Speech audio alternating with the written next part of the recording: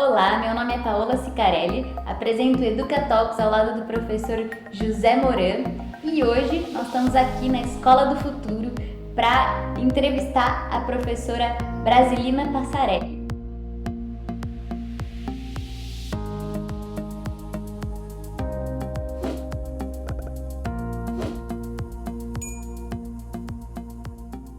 Oi, professora Brasilina, tudo bom? Muito obrigada por aceitar o nosso convite, por estar aqui. Queria que você falasse pra gente, contasse um pouco de como está hoje a Escola do Futuro. É sempre muito interessante falar sobre o futuro, né? Mas então, queria agradecer a oportunidade, dizer que é um prazer, né? E começar dizendo que a Escola do Futuro não é uma escola, né? Porque senão, né, canso. Hoje mesmo teve gente querendo fazer uma inscrição aqui, muito interessante, né? A Escola do Futuro é um núcleo de apoio à pesquisa, e depois de apoio à cultura e extensão. Então, a universidade entende que pesquisas transdisciplinares dificilmente acontecem nas unidades, né? Então ela sempre tem incentivado, não é isso?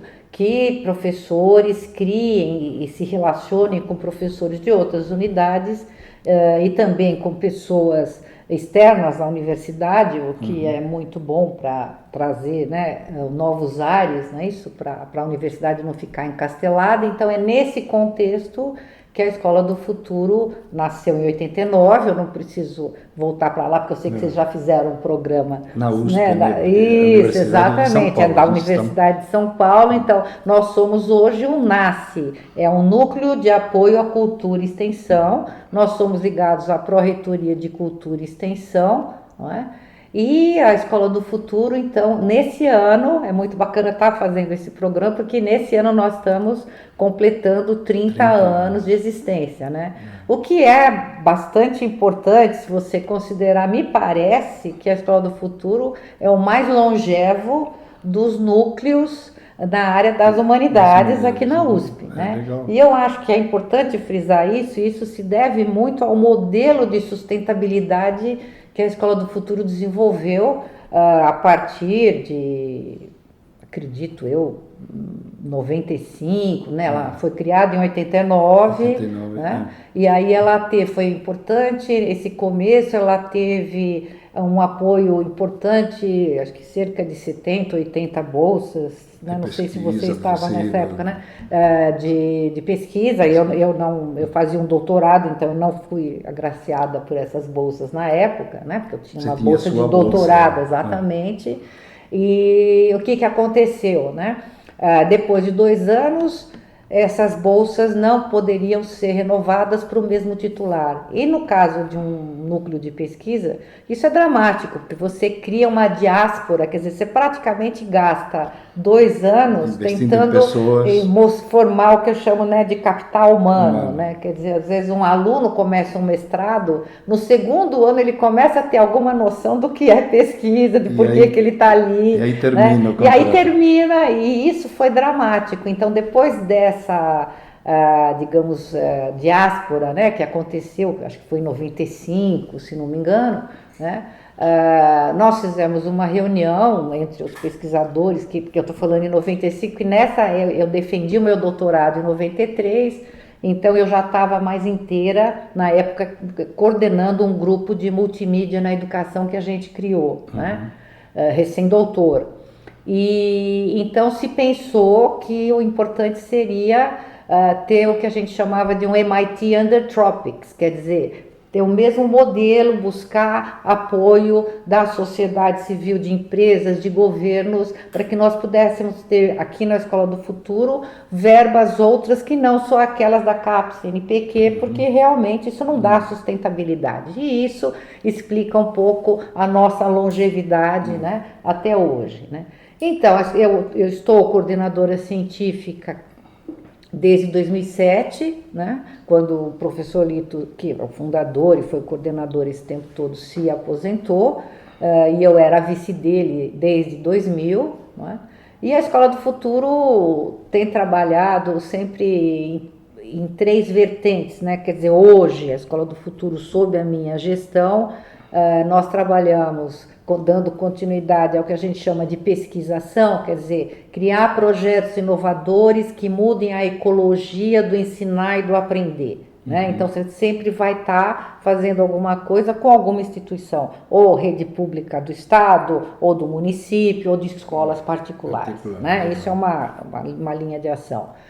Uma outra linha de ação que eu criei na Escola do Futuro desde 2008 é o que eu chamo de Observatório da Cultura Digital. Então, normalmente, eu trabalho com os meus mestrandos, doutorandos, os pós-doc que eu faço supervisão e colegas de universidades fora do país também, com uma pesquisa mais teórica, quer dizer, não necessariamente aqueles projetos de pesquisação que a gente está desenvolvendo na Escola do Futuro, né? A gente está olhando o mundo exatamente, e quais os impactos que o fato de você estar, o que a gente chama de conectividade contínua, né? 24/7, ninguém mais desliga o celular, como é que isso está impactando a vida e mais especificamente, né, a produção de conhecimento, a tua relação com o conhecimento, tanto na educação formal como na educação aberta e à distância, né? Exatamente. Né?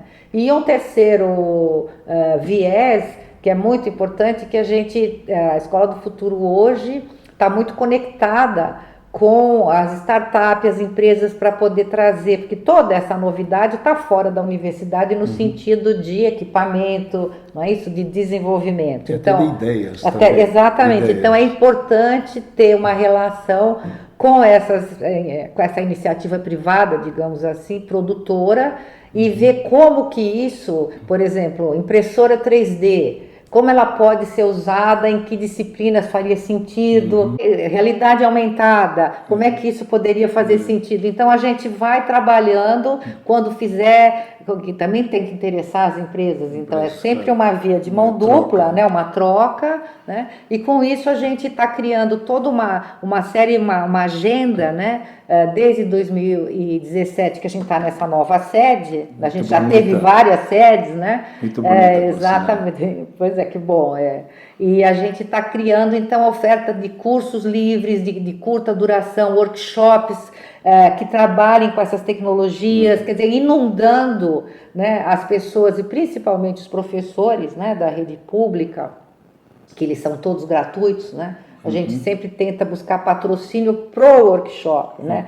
Para manter a inscrição gratuita. Também para o né? público. Exatamente. Então, em linhas gerais, eu acho que o que a Escola do Futuro está fazendo hoje continua fazendo pesquisação e projetos inovadores, né, de como trabalhar. A gente trabalha muito, eu tenho trabalhado muito o conceito de literacias de mídia e informação, quer dizer, que tipo de novas competências, né, os atores em rede, quer dizer, quem está conectado, seja na educação formal ou na educação aberta, né, que novas competências esses atores estão desenvolvendo e como que a escola e o professor precisa dar conta e ter ele também ser preparado para desenvolver essas novas literacias, né, de mídia e de informação, né. Que projetos vocês desenvolveram que foram importantes socialmente? Eu sei que vocês fizeram o acesso. Isso.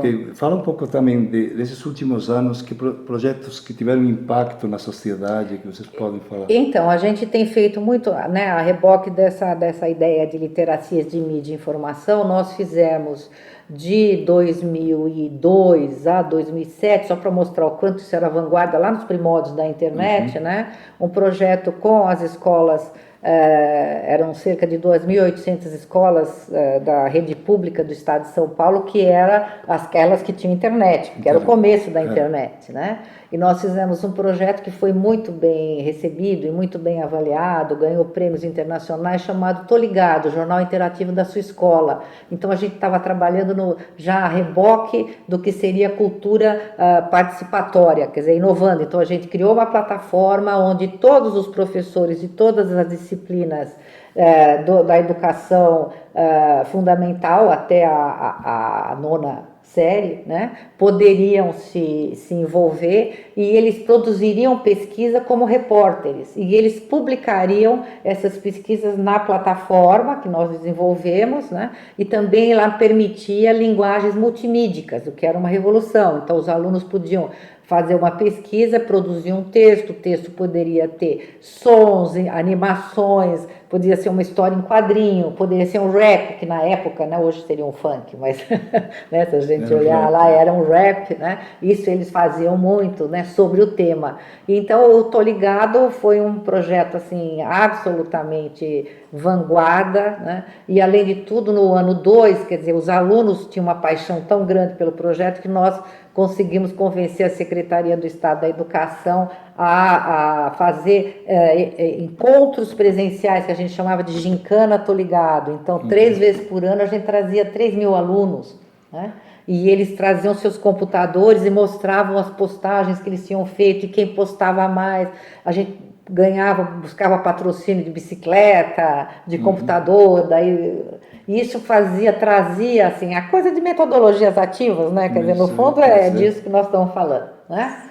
E também de blended learning, né? Isso é blended learning, quer dizer, você está no presencial e está no online, né?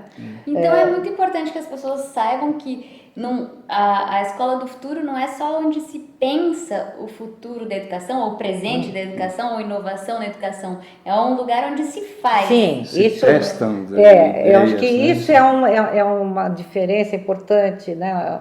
A escola, se você comparar, né, o NASCE, a Escola do Futuro, com outros laboratórios e até outras empresas, a gente não está, quer dizer, no Observatório da Cultura Digital é o locus da gente pensar mais, né? Pode ser mais teórico e tal. Agora, a pesquisação, a maioria dos nossos projetos o nosso foco, e isso começou lá atrás, então, se você me perguntasse o que a gente mantém hoje do DNA, né, do original da Escola do Futuro, é isso, pesquisação, né? Mudar a realidade. Aqui é gente que faz. Né? A gente não tem vergonha de estar na universidade, pelo contrário, a gente acha que a gente se diferencia porque a gente não está só imaginando no abstrato. A gente está imaginando o que vai mudar e tentando pôr a mão na massa e levar para o ambiente e aprender e às vezes quebrar a cara, né? Porque né, a gente tem que aprender que nem sempre... Havia um projeto que eu lembro que a Silvia Fischer coordenava, que era de redes, escolas, então, não sei, era todo mundo, não sei como era, mas era um projeto que eu vi que envolvia escolas inovadoras e trabalhavam em rede. Isso estamos falando eu estou ligado também, era em rede, era em rede. São vários projetos. Então nós tivemos, além de tudo, o Acesso São Paulo, que durante 17 anos, né? Nós trabalhamos com educação aberta, né? O Acesso é um projeto de inclusão digital, o maior programa, né? O maior programa de inclusão digital da América Latina, e que em 2013 recebeu um prêmio da Fundação Bill e Melinda Gates, né? Nós concorremos com 156 projetos de 55 países, né? E ganhamos o prêmio de melhor programa de inclusão digital do mundo nesse ano, né? Tá certo que o prêmio é anual, mas pelo menos naquele ano exatamente, né? É um reconhecimento. E o que você imagina? Bom, agora olhando desse lado pesquisa, ação e observatório, para onde estamos caminhando? O que a gente tem que olhar para que essa escola se transforme, para que mundo estamos indo, agora que já as tecnologias estão mais presentes, está tudo conectado, tudo móvel, a inteligência artificial tomando conta de todas as nossas atividades. Como isso impacta na educação, na tua visão? Nós estamos tentando agora, né, desde o ano passado, eu tenho feito reuniões e formulado projetos que a gente pretende possam ser desenvolvidos com prefeituras ou governo do estado, né? Imaginando um cenário de imbricamento, né? Eu brinco, tem um triângulo das Bermudas que está dado, né? Internet das coisas, Big Data, inteligência artificial, né? E Então, a realidade, o futuro agora, né, como eu costumo dizer, o futuro já chegou. Ele só não está igualmente distribuído. Né? Então, se a gente parte desse contexto e desse imbricamento, que ninguém vai fugir disso, né? Daqui a 3 anos, se a gente não souber o mínimo de lógica de programação, você não vai ligar a tua geladeira, não vai operar teu micro-ondas e vai apanhar da máquina de lavar. Não é isso? Porque elas terão todas algum tipo de inteligência. E algumas já têm. Né? É que o mercado no Brasil tem sempre um gap com relação, né, ao que já está. Se você vai para a Coreia do Sul, vai para o Japão, né, você vai sentir o quanto, né, lá eles já estão vivendo isso. Então não é uma questão de futuro no sentido de que a tecnologia não está, a tecnologia está, né? Ela não está aqui comercializada em termos massivos, digamos assim, né? Então acho que não dá para fugir disso. Então eu entendo que a nossa agenda aqui é imaginar que você tem que preparar o professor, porque o aluno sempre já vai cada vez mais estar alfabetizado pela mídia, né? Então, para o bem ou para o mal, ele já tem um conjunto de habilidades e competências que lidam com o digital de uma forma mais harmônica e orgânica. Né? Digamos assim, você pega a criança de 2, 3 anos lidando com o tablet e com o celular de uma forma, isso que eu quero chamar de orgânico. Né? Sim, isso é natural, não precisa de manual, não precisa de nada disso, não é? Agora, o professor não. E aí tem a questão geracional também, né? O professor dos 20 aos 30 já está mais... Agora, você pega um professor, né? Já dos 40 em diante, ele já tem uma questão geracional que precisa ser trabalhada. Então, a gente acha que todo mundo tem que, sabe, entender que você tem que trabalhar cooperativamente, que você tem que entender a dinâmica, né? O que a gente chama de pensamento computacional. Eu não quero programar, mas eu preciso entender um pouco da lógica desse, né? Entender que são narrativas, a narrativa transmídia é uma narrativa absolutamente não linear. Ela permite, que é o contrário do livro. A gente tem uma cultura de 500 anos de ler de cima para baixo, da esquerda para a direita. Né? A hora que você vai para a tela e aperta um link, você pode nunca mais voltar para aquilo. Né? Então, que segurança você tem de sair do teu documento original? Nenhuma. Né? As pessoas não se dão conta, porque elas não entendem a narrativa. Quer dizer, é a distopia em relação ao que o livro pregava. Né? Agora, o livro vai morrer? Provavelmente não. Agora, com certeza vai mudar. Né? Porque a gente muda também e você cria, né? Então, uma nova ecologia. A hora que você tem o celular na sala de aula, né? O que a gente muda muito em relação ao pessoal que fala, não, é só uma ferramenta. Não é uma ferramenta, é uma linguagem. Né? E é como uma linguagem, ela tem uma nova semântica, ela tem uma nova lógica. Então, você tem que entender que falar, imaginar... E outra coisa, é uma linguagem que privilegia a imagem e não o texto. Não é? Então, tem que entender essa narrativa. Ah, mas todo mundo agora, então, não vai escrever mais? Não estou dizendo isso. Né? Agora, a mídia em si é a linguagem da imagem e do som. Não é? Agora, o que você faz com isso para que as pessoas aprendam? Porque você pode usar a mídia também como entretenimento. Exatamente. Como garantir que as pessoas aprendam, que é o desafio? Garantia não tem de nada. Mas não, o que a gente pode fazer para tornar as instituições que antes eram a própria garantia, como tornar tudo isso vivo, que a criança integre esse mundo do cotidiano com um mundo um pouco mais formal? Veja, eu acho que a gente tem, quando eu falei em narrativas transmídia, quer dizer, a gente tem, então, o que a gente oferece na nossa agenda, normalmente, de cursos? Alguns cursos que são mais teóricos, no sentido de preparar para você entender o que é o contemporâneo hiperconectado, e quais são essas novas lógicas e as novas semânticas desse contemporâneo. E também oferecer cursos hands-on, workshops.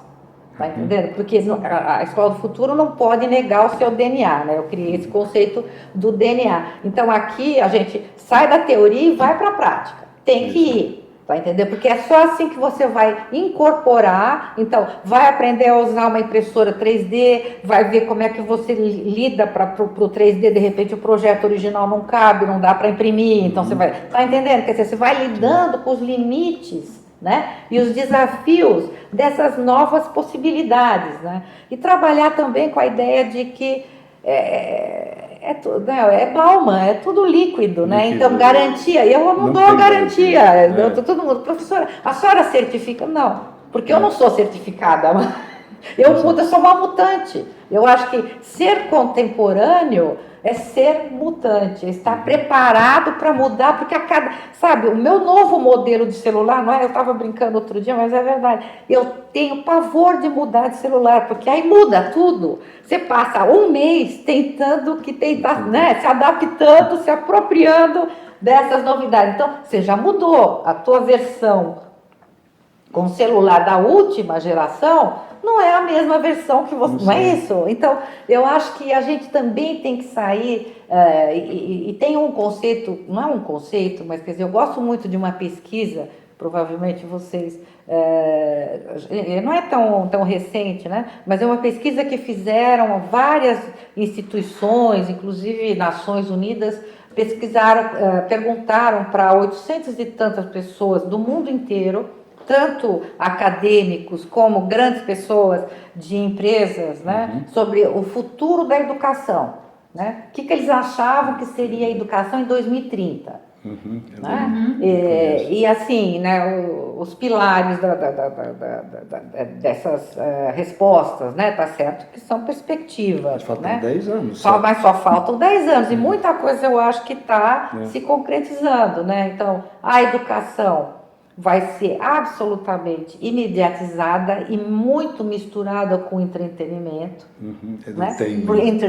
Edutainment, né? Então, todo mundo, a maioria aponta para isso. A escola tradicional, como a gente conhece, tende a perder cada vez mais o seu papel de protagonista. Então, você vai aprender em diferentes instâncias, em diferentes estágios e espaços físicos. Certificação vai cair por terra. Você já tem isso hoje. Você pega empresas de tecnologia, eles não contratam analista de software pelo diploma. São outras formas de certificação. Exatamente. Então, esse conceito de certificação da universidade, ele tende a ser transformado. Eu não estou dizendo que ser melhor ou pior, mas isso com certeza já está mudando. Você tem a Escola 42, né, tem 2 unidades já no Brasil, onde você praticamente não tem o professor, você vai lidando com desafios. No fundo, é gaming, né? É outra ideia, gamificação do processo e desafios maiores, exatamente. E em grupo. Né? Então, a ideia de aprendizagem cooperativa. Também, o que esse estudo aponta? Que você tem uma tendência a massificar a educação à distância, até por uma questão do quê? Segurança.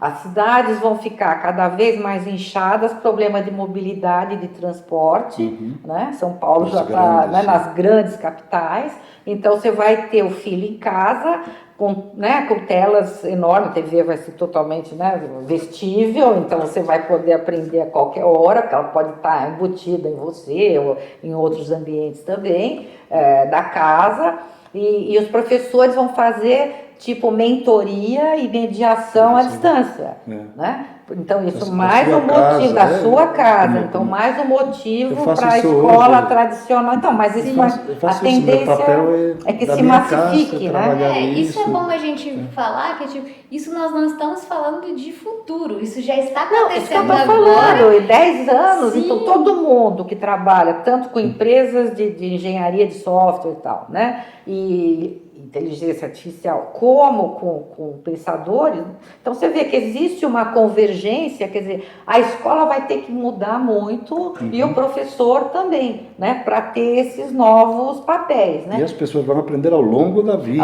isso a gente já falava há 30 anos atrás, né? Mas agora estamos se concretiza isso aí. Isso é muito bom. bom. Eu queria saber, eu fiz essa pergunta para o professor Lito, para o professor Moura também, e gostaria muito de fazer essa pergunta para você. Como você imaginava que seria o futuro da educação há 30 anos atrás? E como que você, quando vocês, né, quando a Escola do Futuro foi criada, e o que você imagina que vai acontecer daqui para frente?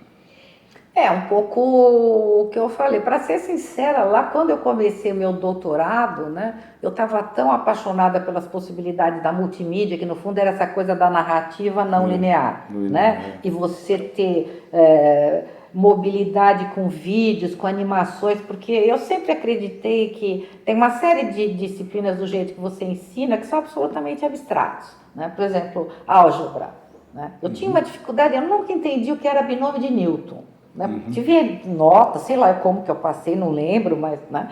Isso ficou na minha cabeça. Né?